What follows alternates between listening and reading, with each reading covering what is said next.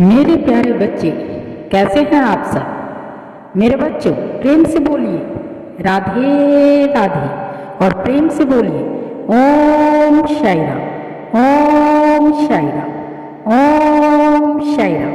मेरे बच्चों, अगर आप साई संदेश चैनल में नए हैं तो चैनल को सब्सक्राइब कर लीजिए ताकि आने वाली वीडियो की नोटिफिकेशन आप तक जल्द से जल्द पहुंच सके। मेरे बच्चों, तो आइए सुनते हैं कि भगवान मेरी सुनते क्यों नहीं। हर किसी या हर कोई इंसान यही बोलता है कि भगवान सुनते क्यों नहीं है, भगवान मेरी क्यों नहीं सुनते हैं। तो मेरे बच्चों, आइए जानते हैं कि भगवान क्यों नहीं सुनते। गरुड़ पुराण के मुताबिक वो अवश्य सुनते हैं, पर तब जब शब्दों के साथ भाव और भावनाएं जुड़ जाती हैं मेरे बच्चों, तब ही हमारी कुदरत के दरबार में प्रार्थना सुनी जाती है। क्योंकि शब्दों के अनेक अर्थ हो सकते हैं मेरे बच्चों। भाव और भावनाओं का एक ही अर्थ होता है, वह जैसा है वैसे ही प्रकट हो जाता है। मेरे बच्चों, बिना अर्थ किए और शब्दों का अनेक अर्थ होने से शब्दों के साथ भाव और भावनाओं का होना बहुत ही जरूरी है मेरे बच्चों। तभी भगवान हमारी प्रार्थना सुनते हैं। मेरे बच्चों, परमात्मा हमारे पिता हैं, परमात्मा हमारे पिता हैं। हम उनसे बहुत प्यार करते हैं, हम उनके प्यारे प्यारे बच्चे हैं। बच्चा पिता को पुकारे और पिता ना सुने, यह हो ही नहीं सकता मेरे बच्चों। परमात्मा तो बंधा हुआ है। हमारी प्रार्थना सुनने के लिए आवश्यकता है सच्चे दिल से उन्हें याद करने की। मेरे बच्चों, अपने मन को छोटे बच्चों के समान निर्मल बनाएं, अपने आप को निर्मल बनाओ मेरे बच्चों। मन हमारा साफ हो, मन में किसी की अवगुणों का चिंतन ना हो, किसी से बैर भाव ना हो, सबके प्रति शुभकामनाएं हों, प्रभु के प्रति सच्ची आस्था और लगन और विश्वास हो। परमात्मा को सच्चे दिल से याद करें, निस्वार्थ भाव से याद करो मेरे बच्चों।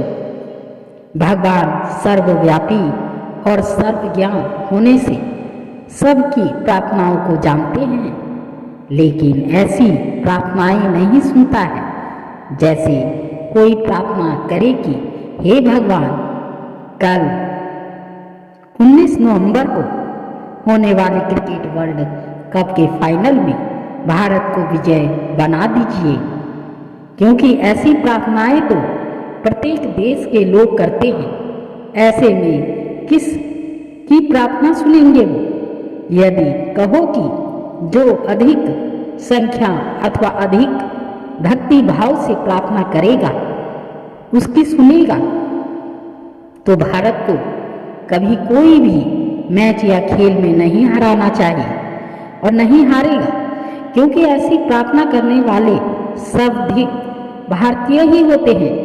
क्या ऐसा संभव है मेरे बच्चों? मेरे बच्चों, अभी मैं एक वीडियो देख रही थी जिसमें एक अंग्रेजी में किसी को कुछ बात बता रहा था। सामने खड़ा गवार व्यक्ति ने कहा कि बाबूजी, मुझे अंग्रेजी तो नहीं आती है बाबूजी, लेकिन मैं आपका भाव समझ रहा हूँ कि आप क्या कह रहे हैं। इसी प्रकार से मैंने ज्योतिष शास्त्र के माध्यम से यह जाना है कि भगवान शब्दों की अपेक्षा भाव ग्रहण करते हैं।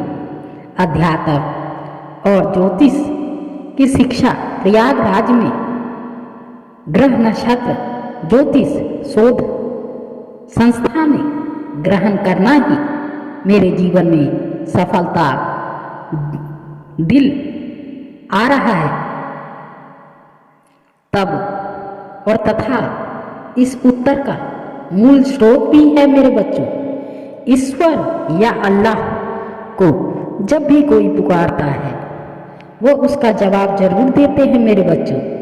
खुदा भी पुकार का इंतजार करते रहते हैं, बस इस पुकार से शिद्दत होनी चाहिए, व्याकुलता होनी चाहिए। ईश्वर अल्लाह को पाने की प्यास जब जाग जाएगी तो उन तक पहुंचना मुमकिन हो जाएगा मेरे बच्चों। मन में यह शिद्दत से व्याकुलता कैसे जागेगी? इसका एकमात्र उपाय है खुदा ईश्वर की निरंतर इबादत, भक्ति, उनका निरंतर ध्यान। अगर तुम चाहते हो खुदा या परमात्मा तुम्हारी आवाज़ सुने तो दिल की गहराइयों से उसे बुलाना होगा।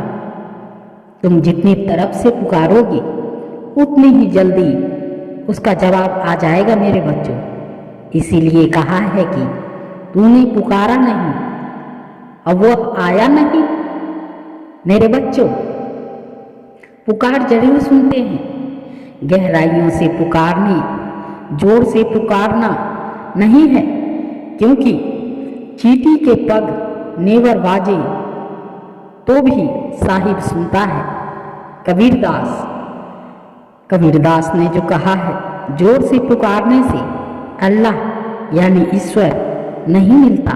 कबीरदास ने ये भी कहा है कि कांकर पत्थर जोड़ी के मस्जिद के चुनाए ता चढ़ मुल्ला बांग दे का बहरा भाया खुदाए। उसे तो बस अपने तहे दिल से बुलाने की जरूरत है मेरे बच्चों। अगर चिल्लाने से खुदा मिलता तो इसका मतलब है कि खुदा या ईश्वर गूंगे और गूंगों की नहीं सुनता, क्योंकि वो तो बोलते ही नहीं हैं। मैं इनके इस उत्तर से बहुत प्रभावित हूँ, तो इसका अनुवाद कर रही हूँ और इस ज्ञान के लिए इनकी आभारी भी हूँ मेरे बच्चों। हाँ, वह हमारे कहे हर शब्द को सुनती है। मैं उसके लिए स्त्रीलिंग का उपयोग कर रही हूँ क्योंकि मैं उसे अपनी माँ मानता हूँ। आप उसे ईश्वर, अल्लाह, ईश्वर कुछ भी कह सकते हैं। अब वह आपकी प्रार्थनाओं का जवाब देगी या नहीं, यह दो कारकों पर निर्भर करता है मेरे बच्चों। पहला, वह किसी भी स्वार्थ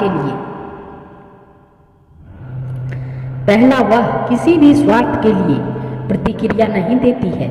उदाहरण के लिए, यदि आप पैसा, प्रसिद्धि, स्वास्थ्य आदि मांग रहे हैं तो यह सब स्वार्थी है।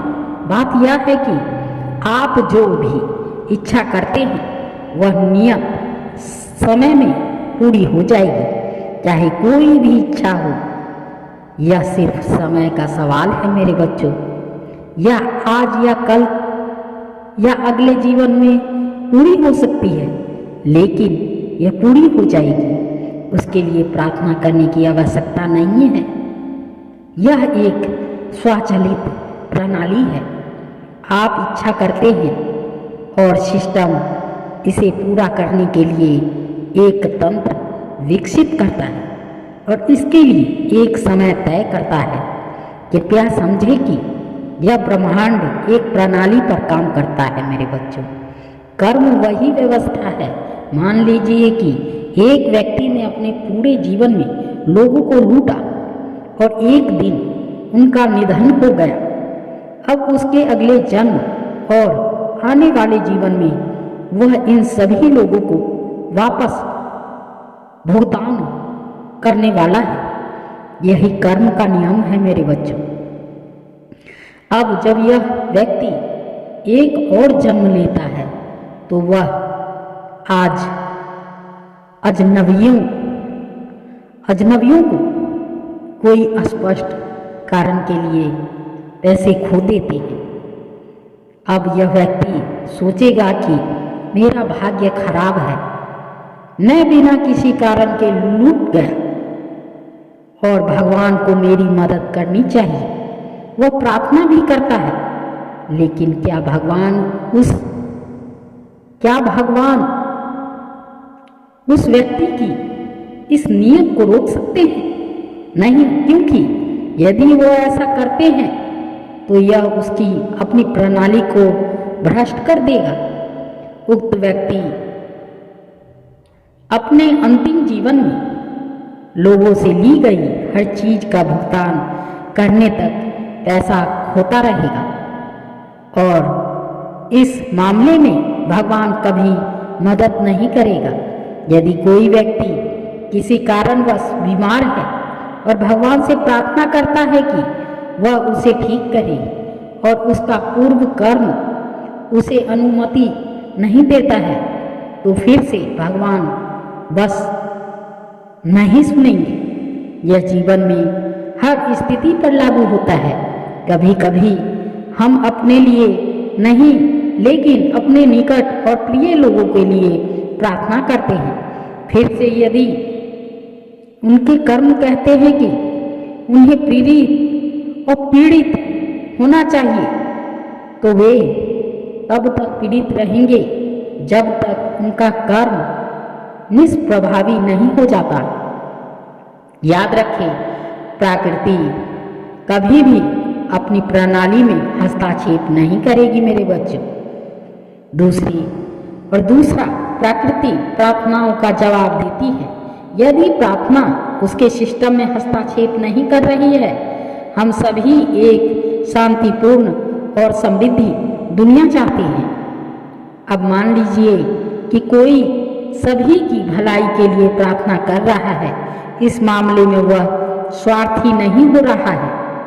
जो कुछ भी वह मांग रहा है वह मानव जाति के लिए अधिक अच्छे के लिए है, लेकिन फिर से वह संभव नहीं है, क्योंकि इस धरती पर हर किसी को अपने कर्म को सहन करना पड़ता है मेरे बच्चों।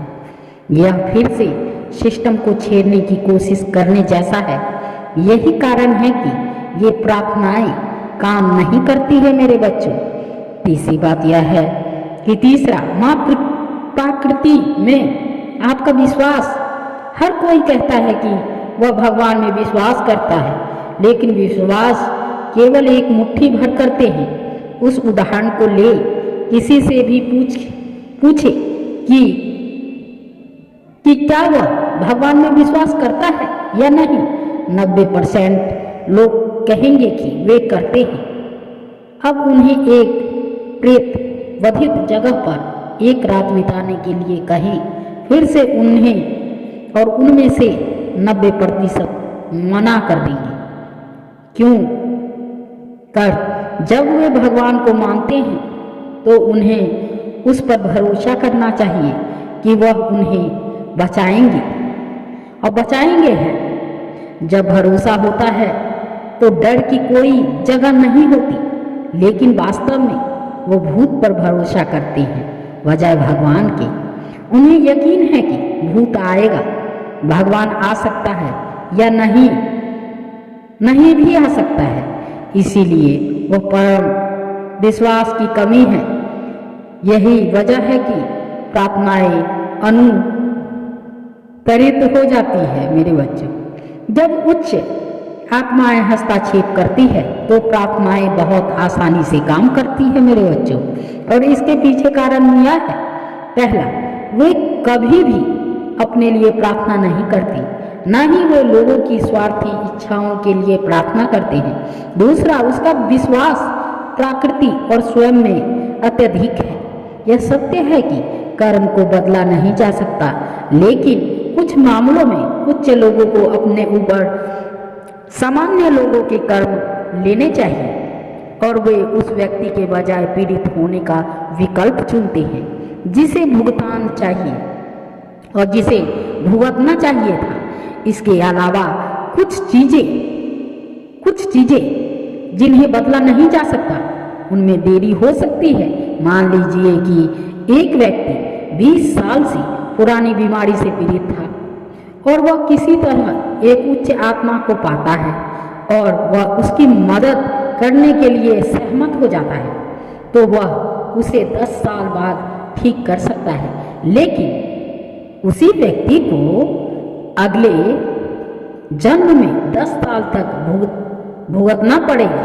याद रखें, माँ प्रकृति बहुत दयालु है। वह दयालुता का प्रतीक है।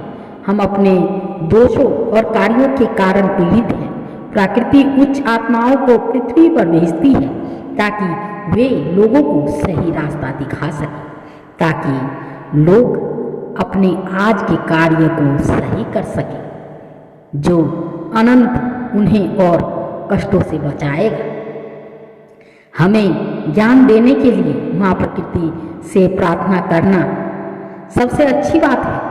यदि हमें ज्ञान प्राप्त होता है तो हम स्वचालित रूप से अपने कार्य को ठीक कर लेंगे और आने वाले दिनों में हम पीड़ित नहीं होंगे। इसीलिए निश्चिंत रहो। वह सुन रही है। बस थोड़ा सा निस्वार्थ भाव और थोड़ा आत्मविश्वास और आप उसे अपने साथ पाएंगे। उस परमेश्वर को आप अपने साथ पाएंगे मेरे बच्चों। 3 टाइम खाना खाकर उसके बाद डकार लेकर भगवान का नाम लेने के बाद तो भगवान जी दर्शन देने वाले तक नहीं है, तो आपकी सुनने की बात तो बहुत दूर की बात होगी। जो सन्यासी लोग जंगलों में उनकी दिन रात याद करते हुए रहते हैं, जो उनको आज तक दर्शन देकर नहीं सुनते हैं, तो आपकी सुनेंगे बात को भूल ही जाओ। यही आपके लिए अच्छा होगा। जो भगवान जी की आपने कब सुनी, भगवान जी की आपने कब सुनी हुई थी? जो आपकी बात सुने तो पहले सुनना सीखिए, उसके बाद ही भगवान आपकी सुने और सुनेंगे। धन्यवाद मेरे बच्चों। हमारी बातों को कौन सुनता है? जो हमसे मन से जुड़ा होता है। अगर हम भी भगवान के साथ समय बिताते हैं, उनसे बात करते हैं, अपने मन की बात करते हैं, उनसे मन से जुड़ जाते हैं, तो भगवान तक हमारी बात बहुत जल्दी पहुंच जाती है मेरे बच्चों। मेरी भी नहीं सुनते, क्योंकि भगवान की भी कोई नहीं सुनता। अगर उनकी कोई सुनता तो राम मंदिर की फाइल 70 साल यहाँ वहाँ क्यों कोर्ट में घूमती रहती मेरे बच्चों। भगवान हमारे साथ हमारे हृदय में रहते हैं और सब कर्म साक्षी की तरह महसूस करते हैं मेरे बच्चों। ऐसे ही जी हाँ, ऐसे ही भगवान को आप मनन करते रहिए मेरे बच्चों। इसी के साथ आप प्रेम से बोलिए राधे राधे और प्रेम से बोलिए ओम साई राम, ओम साई राम, ओम साई राम। मेरे बच्चों, चैनल से जुड़ने के लिए आप सभी का बहुत बहुत धन्यवाद।